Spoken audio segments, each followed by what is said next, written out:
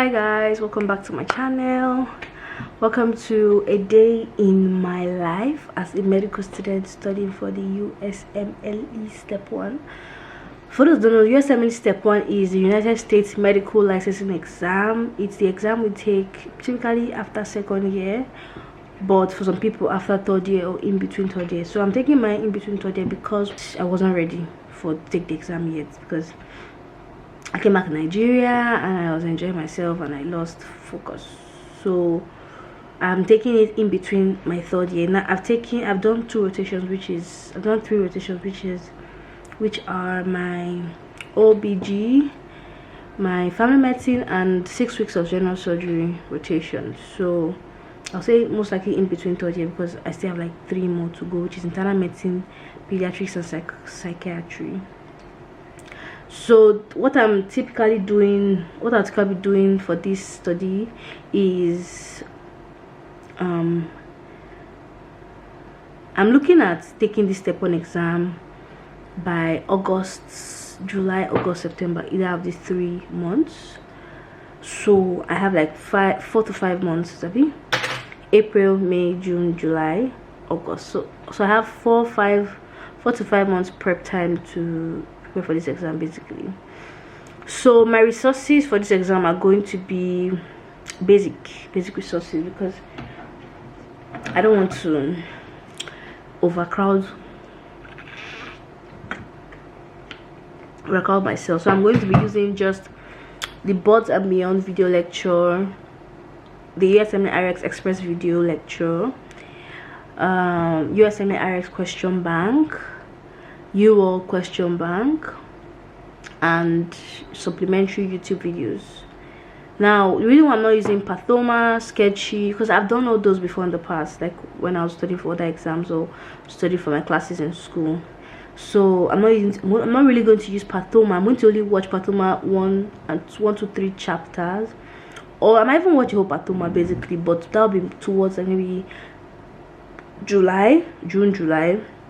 But from now to like May, June, I'm going to just be using these basic ones. So I'm focusing more on questions than even the content reviews. So on my Instagram page, my Studygram, Become Dr. Steven, you see that I outline what I'm going to be doing. I'm going to be doing 80 questions, first on RX, then after that on UWorld. 80 questions a day, and then 3 hours of content review. Now my priority is, if I'm doing 80 questions, I'm not going to finish 80 questions and it's time for content review, I would not do content review. I'll finish my 80 questions, review it, and then once, if I'm done on time, I'll now use the remaining hour or whatever time I have to now content review whatever I can content review that day, then move to the next day, because I'm trying to prioritize my questions over content review. Because questions, I'm not really, I noticed that after my MD5, I'm not really a good test taker. Like, I'm someone that towards the end of, let's say, 200 question exam, I can just tick whatever on the last blog, last 50 questions. And I don't like that. So I'm really trying to work on my stamina, patience, and me being able to sit down and answer each question right, like take my time and dissect the question. So I'm strictly doing that. So one thing that I'm doing this time that I did not really do my other study blog, but I did during my BSc days, was I'm going to be taking notes after reviewing every question. I don't know if you can see this clearly, but this are my notes. Like, yeah, I've done some questions on Alzheimer's disease. I've done some questions on NMS. I've done a lot of things, so I just jotted them down. So every day before I wake up from sleep, before I go to bed, either of them, I will just go through this. It might eventually fill up this page, I don't know, but for now it's just like 3 pages, which is about 25 questions that I've written down. Now note this, I'm answering questions, reviewing them. I'm doing my questions in tutor mode, not in time mode, because I want to be able to see and answer once I'm done with a particular question. I think it helps me with long-term retention than doing it test mode and doing it time mode and then having to go back and review. It's a lot of work and it's tiring. So do one question, see the answer. I was supposed to start reading by 10, but it is to 12 right now, and I'm about to start by 12, so I'm like 2 hours behind. time, but it's allowed because I had things to do. It's allowed because I'm trying not to put so much pressure on myself. And highest thing, I'll have to sleep 2 hours later than I was supposed to sleep. Highest thing. And I'll still wake up at my regular 8 o'clock, 7 o'clock, to prepare for my studies, which starts by 10. So I'm talking a lot. Anyways, let's go into my study. It's just going to be like regular study. It's not going to be a study with me. I'm going to do that one very soon, but it's just regular day in my life, like what I would typically do on a USMLE study day, basically. Okay, so guys, let us go and study.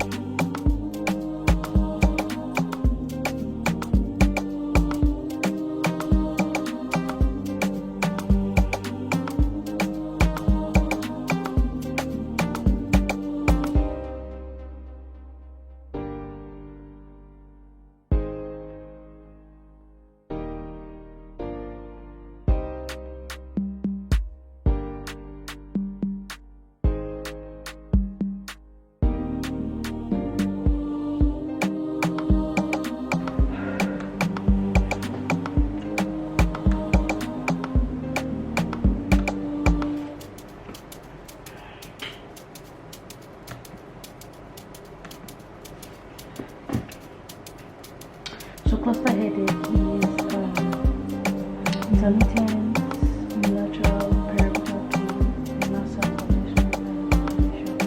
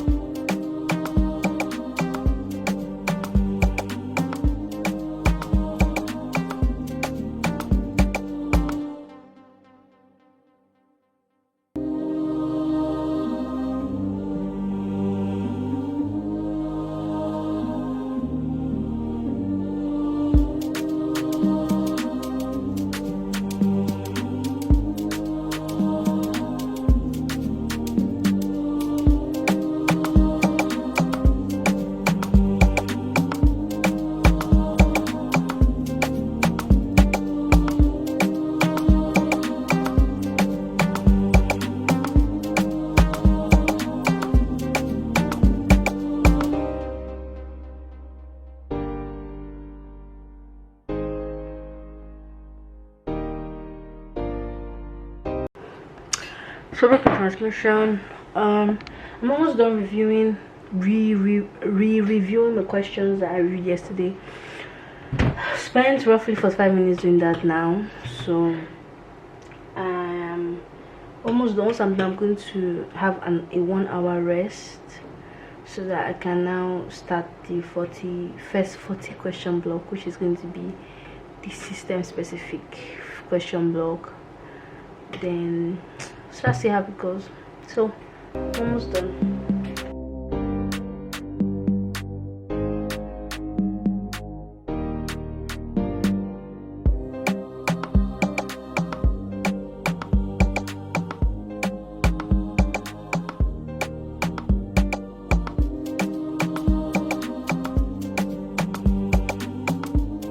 So with reading for step, right, I think the most important thing is having a way or a way you explain and understand the questions, not just by cramming. Okay, that's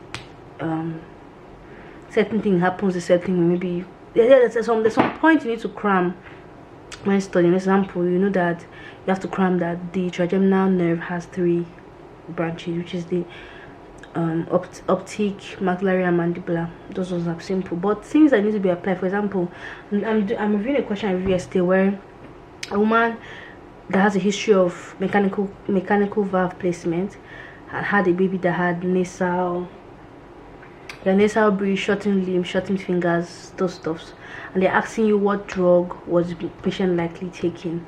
Now you can cram that, okay, people with mechanical valves usually have to take drugs like drugs like heparin, both fractionized and unfractionized, warfarin and all those things.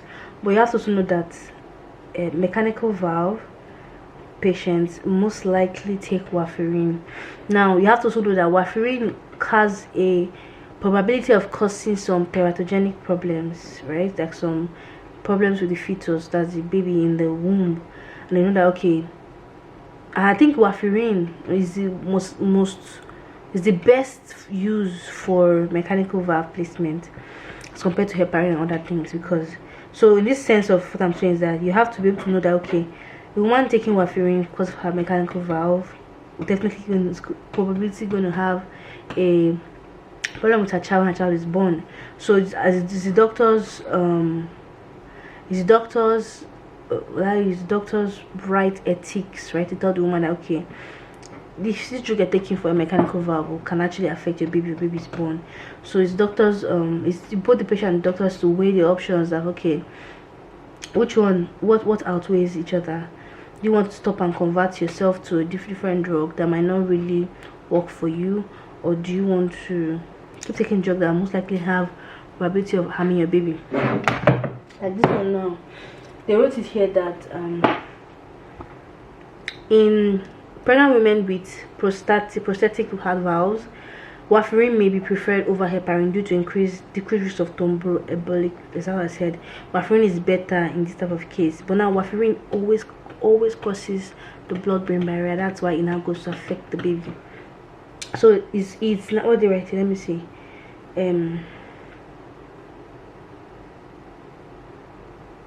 Yes. So of these anticoagulants, only warfarin is known to cause placenta, and teratogenic effects are well documented. This includes facial abnormalities, decreased nasal bridge, nasal and mid-face hypoplasia, causes than the Walker syndrome.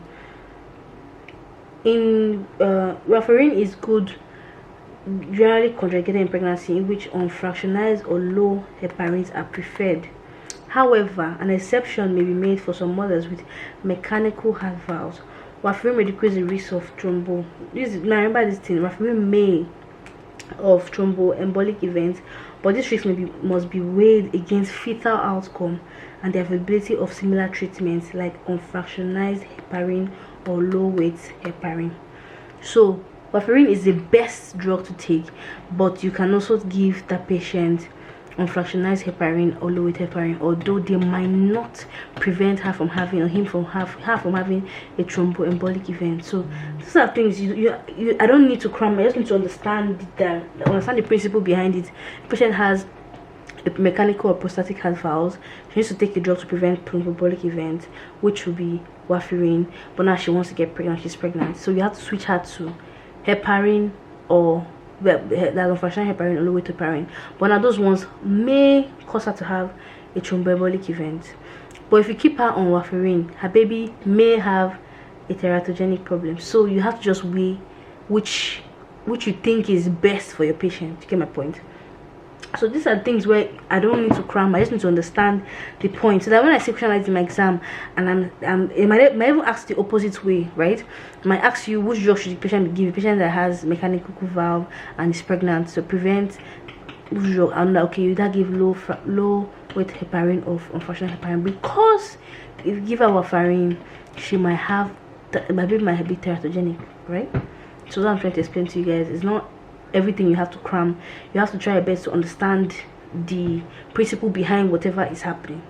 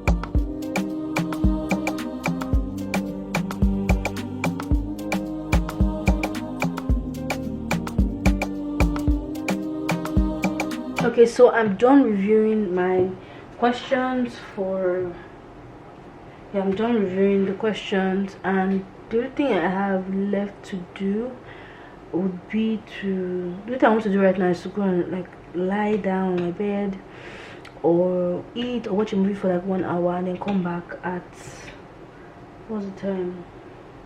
At let's say 2:10 or 2. What's the time? Let's say at 2, right? Now I'm using this focus app to focus.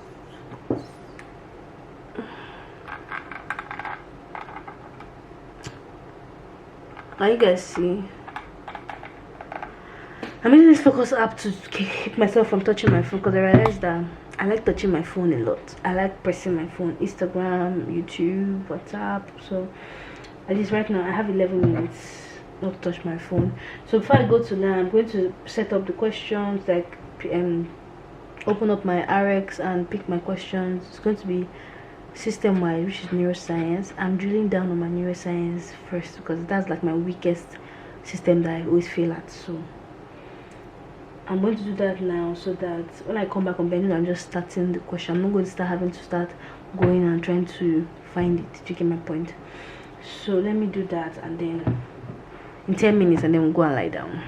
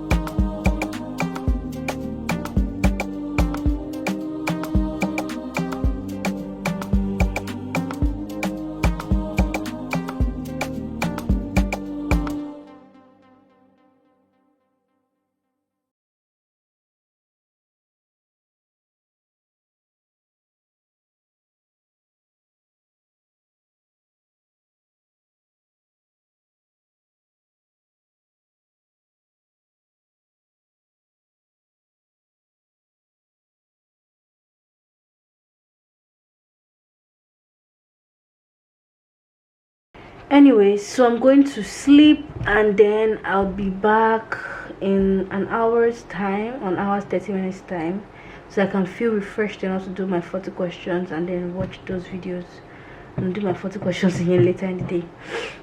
But just know that at times things might not go the way you plan, so you just have to listen to your body and know what you want, basically. So I'll see you guys later when I'm awake. Hi guys, so I'm very sorry that I forgot to continue recording. It is 8:13. I slept by 2, woke up by 4, and then I was studying, and I forgot to continue my recording. It's so funny. So I finished my first 40 UWOC questions, and now I am in my second 40. I'm in question what's it? Question 16 over 40, so I have like 24 questions to go. So after this, I hope and I will try my best to do 2 hours of content review. If not, I'll do that tomorrow. Officially, my study for step 1 actually starts on Monday, but I decided to start this week because I was trying to catch the vibe and all. So I think it's one thing I need to work on when doing questions. I need to trust my first instinct. There are some questions that I answer and I'll see, like, let me go to a question, for example, now.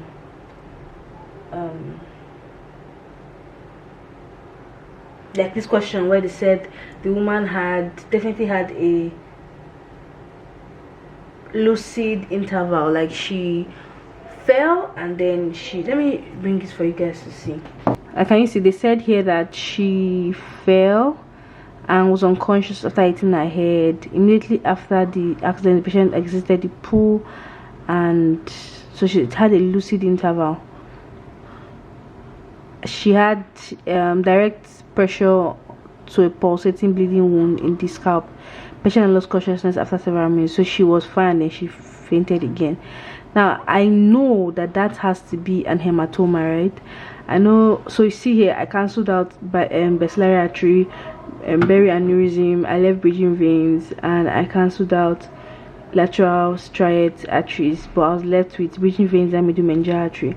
Now I know bridging veins is I think this is bridging veins is subdural hematoma, I think, while medullary artery is epidural. Now I knew that epidural, one of them was person will show lucid interval, but I stupidly went to pick bridging veins, which ended up being subdural hematoma, which was wrong. So I think I need to learn to trust my first instincts and just follow whatever my mind tells me to follow. There's a lot of questions I've failed here because I picked option B instead of option A. So I need to work on not doubting myself and trusting whatever instinct I have. So like I said, I need to work on trusting myself and trusting my instincts. Let me even try this next question, see if I'll get it, supposedly. So a 7 okay, I also need to learn how to read this question first. I now go ahead and read the question stem. So which of the following condition is most likely caused because of this patient's recent decline? So her recent decline has recent problem now. So I can see Alzheimer's disease, I can see hypothyroidism, I can see idiopathic intracranial hypertension, I can see multiple infarcts. This my light is not bright at all.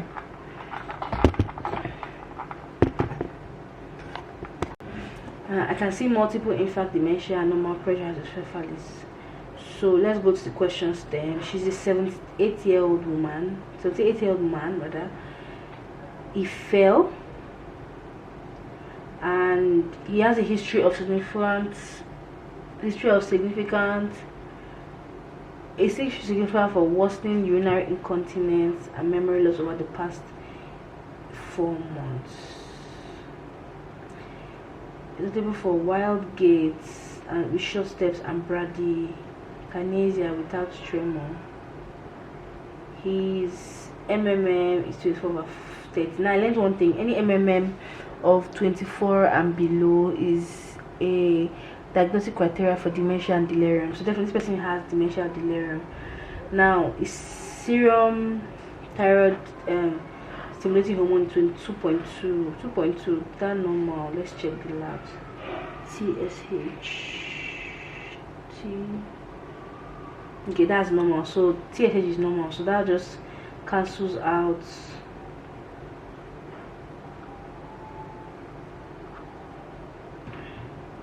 So that cancels out hypothyroidism. So I'll cancel this out. A 78-year-old man, age is a very important thing. He has an MMM of 24, so it's going to be delirium or this thing. Now, but now notice that he has short steps and bradykinesia. Bradykinesia is most likely from people that have Parkinson's, if I'm not wrong. Yes, I think it's Parkinson's. While Huntington's will have are we?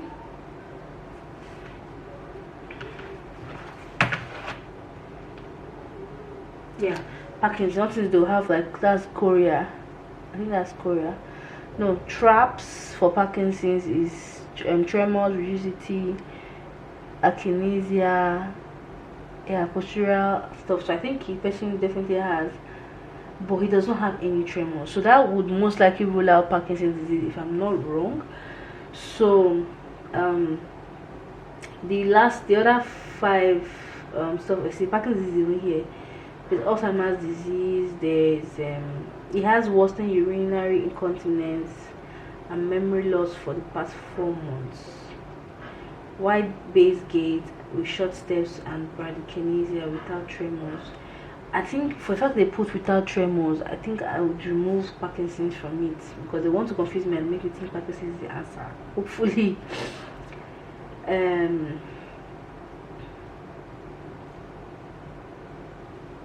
His fundoscopy, as I mentioned, is normal, so that should rule out intracranial pressure. I don't know, I think so.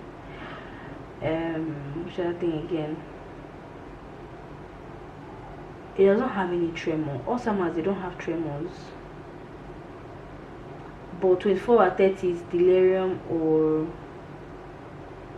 man, do you know that I want to even pick my Parkinson's disease? I don't know. Wrong. You see, it's not Alzheimer's. So what do these patients have?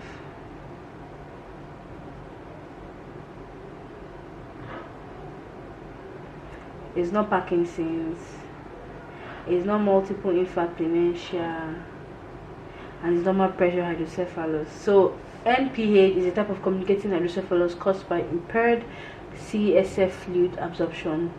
Manifests a triad of urinary incontinence, gait disturbance, and cognitive decline. So I must remember that normal pressure hydrocephalus is a triad of 3 symptoms: urinary incontinence, gait problems, and cognitive decline. I definitely knew it was not going to be Parkinson's, or it's not going to be Alzheimer's, because so he's an elderly man, vision 4, and is showing signs of mild cognitive decline, urinary incontinence, wet wobbly walking. Okay, found the normal pressure hydrocephalus. I'm going to have to review this later on my own, like when I'm like calmer. So my battery died, so I had to change my battery, my laptop battery, so my camera battery. So it's going to be, I will never forget that normal pressure hydrocephalus will have urinary incontinence, gait problems, and mental decline. So at least now I know that.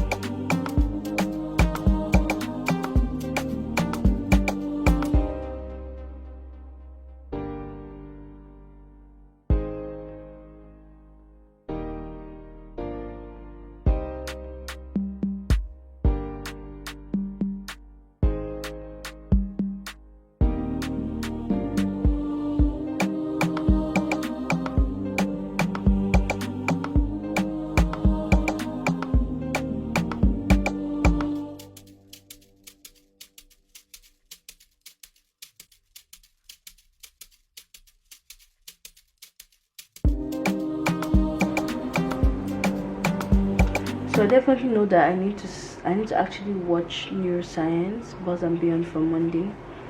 Like I really need to clear some, like now I knew this was pancreas but I don't know some certain things. Like I really need to start watching neuroscience to refresh my memory from what I learned previously, because this is really bad. I'm sure I'm going to fail this test, this particular one. But let me finish up, guys, and then I will come and like do like final end of study day for you guys. So this is like the last talk of this very talkable and talkative video. So I want to round up this thing and then sort out my life. Like I will do the content review tomorrow, Saturday, and then on Monday I'll start officially like my proper schedule. So just my whole prayer is that things get better, my question scores get better, and I start seeing like 80s, 90s, 100s and above before my exam in September or August. But I think I'll see you guys later in my next video. Don't forget to subscribe to my channel, don't forget to like and also share this video. So have a good day, guys. Bye.